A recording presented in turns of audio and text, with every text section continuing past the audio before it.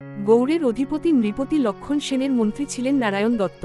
নারায়ণ দত্তের পুত্র প্রসিদ্ধ বৈদ্যশাস্ত্র প্রণেতা চক্রপাণি দত্ত শুধুমাত্র বাংলার নয়, সমগ্র ভারতবর্ষের গৌরব।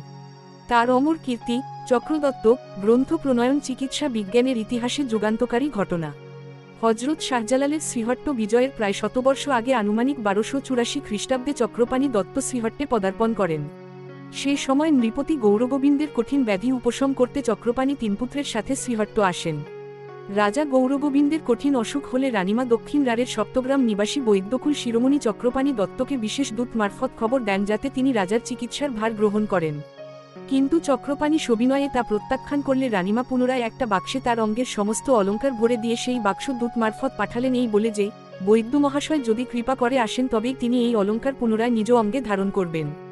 রানীমার বিশ্বাস চক্রপাণি রাজার চিকিৎসার ভার নিলেই তিনি নবজীবন ফিরে পাবেন, আর যদি চিকিৎসা না পেয়ে রাজার মৃত্যু হয় তবে রানী সতী হবেন, অর্থাৎ রাজার সাথে সহমরণে যাবেন।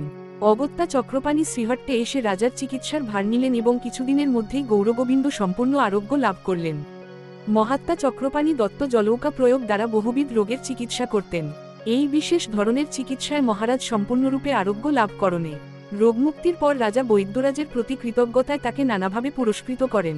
রাজার মনের একান্ত বাসনা বৈদ্যরাজকে যে কোনো মূল্যে নিজ রাজ্যে প্রতিষ্ঠা করা, কিন্তু চক্রপাণি গঙ্গা ছেড়ে কচ্ছদেশে থাকতে চাইলেন না কিছুতেই। এদিকে একটি বছর সম্পূর্ণ হতে চলেছে, আর নয়, এবার ফেরার সময় এসেছে।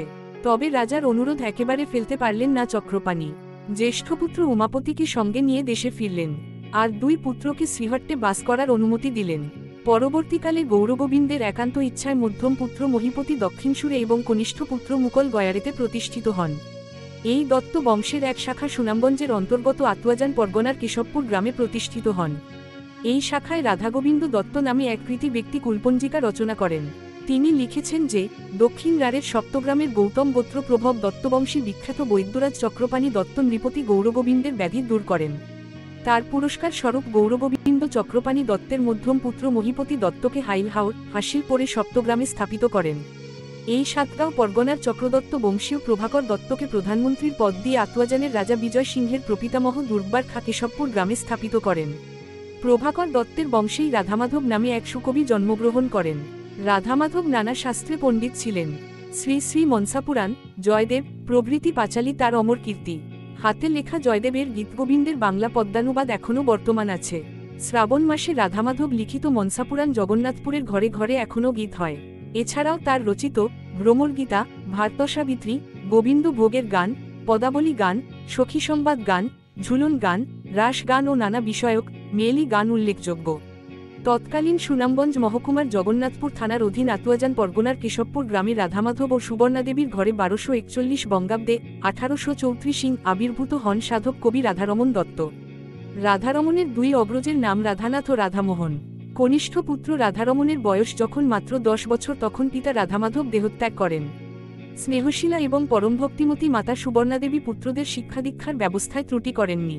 তাছাড়া পারিবারিক ঐতিহ্যের আনুকূল্যে এবং বিত্তশালী সম্ভ্রান্ত বংশে জন্ম নেয়ার সুবাদে রাধারমণ শৈশব থেকেই নানাবিধ শাস্ত্র অধ্যয়ন, কাব্য ও সঙ্গীত চর্চা ইত্যাদি যথাযথভাবেই লাভ করেছিলেন। রাধারমণের শান্ত স্বভাব ও মধুর ব্যবহার সকলকেই আকর্ষণ করত। স্বভাব কবি ছিলেন তিনি। পিতার কবি প্রতিভা তার মধ্যে সঞ্চারিত হয়েছিল এবং বয়োবৃদ্ধির সাথে সাথে তা শতধারায় বিকশিত হয়। 1275 বঙ্গাব্দে 34 বছর বয়সে মৌলভীবাজারের নিকটবর্তী আদপাশা গ্রামে শ্রীচৈতন্যের অন্যতম পার্ষদ সেন শিবানন্দের বংশীয় নন্দকুমার সেন অধিকারীর কন্যা গুণময়ী দেবীর সাথে রাধারমণ বিবাহ বন্ধনে আবদ্ধ হন। রাধারমণ ও গুণময়ী দেবীর ঘর আলো করে আসেন 4 পুত্র রাসবিহারী, নদিয়া বিহারী, বিপিন বিহারী ও রসিক বিহারী। স্ত্রী গুণময়ী দেবীকে রাধারমণ শুধু সহধর্মিনী রূপে নয়, দেবিজ্ঞানে ভক্তি করতেন। প্রিয়েরে দেবতা করি, দেবতারে প্রিয়ে দাঁড়ি, এই দার্শনিক তত্ত্বটি যেন বৈষ্ণব কবির অন্তরে বদ্ধমূল ছিল। সংসার জীবনের ভোগবাদ বিত্তশালী পরিবারের আদরের দুলাল রাধারমণের চিত্তকে আকর্ষণ করতে পারেনি বলেই মর্তের প্রেমকে ঈশ্বর প্রেমের দিকে ধাবিত করতে পেরেছিলেন অবলীলায়। তবুও বৈষ্ণব কবি এই মাটির পৃথিবীর মানুষ, সংসার জলধির দুঃখ সুখের আবর্তন তাকে উদ্বেলিত করেছে। সেই সময় কলেরা বঙ্গদেশে মাঝে মধ্যেই মহামারী আকার ধারণ করত। ভয়াল এই রোগ রাধারমণের 3 পুত্রকে কেড়ে নিল একে একে। কিছুদিনের মধ্যে প্রিয়তমা স্ত্রী গুণময়ী দেবীও দেহত্যাগ করলেন। একমাত্র জীবিত শিশুপুত্র বিপিন বিহারীকে নিয়ে রাধারমণ তার জীবনের নতুন অধ্যায় প্রবেশ করলেন। মৃত্যুশোক তাকে নতুন জ্ঞান, নতুন দৃষ্টি দিল। বৈরাগ্য তার স্বভাবেই ছিল। এবার মায়ার বেরিও শিথিল হয়ে এলো। কিছুকাল পর পুত্র বিপিনবিহারীকে মাতুলালয়ে স্থায়ীভাবে রেখে এলেন। বৈষ্ণব কবির গুরু বরণের সময় উপস্থিত হলে 50 বছর বয়সে মৌলভীবাজারের অন্তর্গত ঢেউপাশা গ্রামের সাধক রঘুনাথ গোস্বামীর শিষ্যত্ব গ্রহণ করে রাধারমণ কঠোর সাধনায় নিমগ্ন হলেন। সঙ্গীতের ফল্গুধারা এবার উদ্দাম গতি পেয়ে নতুন রূপে প্রবাহিত হতে লাগল। সাধন জীবনের উপলব্ধিগুলোকে বৈষ্ণব কবি তার অমীয় বাণী ও জাদুকরী সুরে রসায়নে জারিত করে নবনব সৃষ্টির মধ্য দিয়ে প্রকাশ করতে লাগলেন অপূর্ব রসভঙ্গিমায়। নিজের রচনাকে সংরক্ষণ করে রাখার মন তার ছিল না। গান আসত বন্যার বেগের মতো, সে তুলনায় লেখনীর বেগ যে অতি মন্থর। রাধার মনোরে চরিত্রের আকর্ষণ আর অপার্থিব আনন্দের রসাসাধন নিমিত্ত ভক্তবৃন্দ সমবেত হতে শুরু করলেন কবির কুটির প্রাঙ্গণে। গ্রামীণ জনপদের নানা জাতি ধর্ম বর্ণ গোত্র সম্প্রদায়ের মানুষ ছুটে আসতেন কবির কাছে। ভিনদেশের মানুষও আসতেন। সেই যুগে জাতপাতের বেড়া অতিক্রম করে মানুষকে মানুষ হিসেবে দেখবার মন সকলের ছিল না। তাই একান্নবর্তী পরিবারে থেকে কবিকে কিছুটা অসুবিধায় পড়তে হয়েছিল। শেষে বাড়ির পাশে নলুয়ার হাওরে তিনি আশ্রম প্রতিষ্ঠা করে স্থায়ীভাবে ওখানেই থাকতেন। রাতভর সংকীর্তনে সকলের অংশগ্রহণেও আর কোন বাধা আসত না। ক্রমে কবির গান ও নানা অলৌকিক কাহিনী লোকমুখে ছড়িয়ে পড়তে লাগল। ভাবের আবেশে ভক্তগণ যেন রাধারমণের মধ্যে গৌরাঙ্গ প্রভুকেই প্রত্যক্ষ করতে লাগলেন। রাধারমণের দেহকান্তি ছিল দেবতুল্য। শরীরের আকৃতি মাঝারি ধরনের ও গায়ের রং ছিল দুধে আলতা। ধুতি আর সাদা ফতুয়া পরতেন। নলুয়ার হাওরে ওই আশ্রমেই তিনি সিদ্ধি লাভ করেন সহজিয়া বৈষ্ণব ধর্মের সাধনায়। বৈষ্ণব সাহিত্যে শান্ত, সখ্য, দাস্য, বাৎসল্য, মধুর প্রভৃতি নানা রসের পদ আমরা দেখি, কিন্তু রাধারমণের পদগুলি মূলত উজ্জ্বল মধুর রসের খনি। বৈষ্ণব কবির অন্তরঙ্গ শিষ্যদের মধ্যে অধর সূত্রধর ছিলেন বায়েন। ধ্যানমগ্ন রাধারমণ যখন কীর্তন আরম্ভ করতেন তখন অধর শ্রীখোল ধরতেন। অনেকের মতো তিনিও সাধক কবিকে ঠাকুর বলে সম্বোধন করতেন। আসতেন পরমানন্দ সাহা, হরমণি মালাকার, ব্রহ্মানন্দ সাহা, পুত্র বিপিনবিহারী, আরও কত নাম না জানা ভক্ত। বিভোর হয়ে গাইতেন বলে লেখার অবকাশ পেতেন না। ভক্তগণ শুনে শুনে সেই সহজ সুরের মন প্রাণ আকুল করা গান স্মৃতিতে ধরে রাখতেন, ওপরে খাতায় লিখে নিতেন। আদর্শ সাধক ও আদর্শ গৃহী ছিলেন রাধারমণ। বিপিনবিহারীর প্রতি তার কর্তব্যে তিনি অবহেলা করেননি। মৌলভীবাজারের নিকটবর্তী ভুজবলের কর বংশের কুঞ্জকুমারী দেবীর সাথে বিপিনবিহারী বিবাহবন্ধনে আবদ্ধ হলে পুত্রের শ্বশুরালয়ে তিনি একাধিকবার গমন করেন। জীবনের শেষ দিন পর্যন্ত পিতা পুত্রের যোগাযোগ অটুট ছিল। পৈতৃক সূত্রে বিপিন প্রচুর ভূ সম্পত্তির অধিকারী হন পরবর্তীকালে।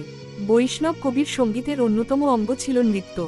বাঙালির নিজস্ব কোনো নৃত্যশৈলী হয়তো ক্লাসিক্যাল মর্যাদা পায়নি, তথাপি রাধারমণ দত্তের অনন্য অবদান ধামাইল নৃত্য এই উপমহাদেশের একটি বিস্তীর্ণ অঞ্চলের মানুষের কাছে জনপ্রিয়তা লাভ করেছে। ধামাইল আজ বিশ্বের অনেক দেশেই সমাদৃত। বঙ্গদেশে বৈষ্ণব পদের পাশাপাশি শাক্ত পদাবলীও রচিত হয়েছে অনেক কীর্তিমান সাধক কবিদের লেখনীতে। রাধারমণ বৈষ্ণব কবি হলেও কোন সংকীর্ণতা তার কবি প্রতিভাকে আচ্ছন্ন করতে পারেনি।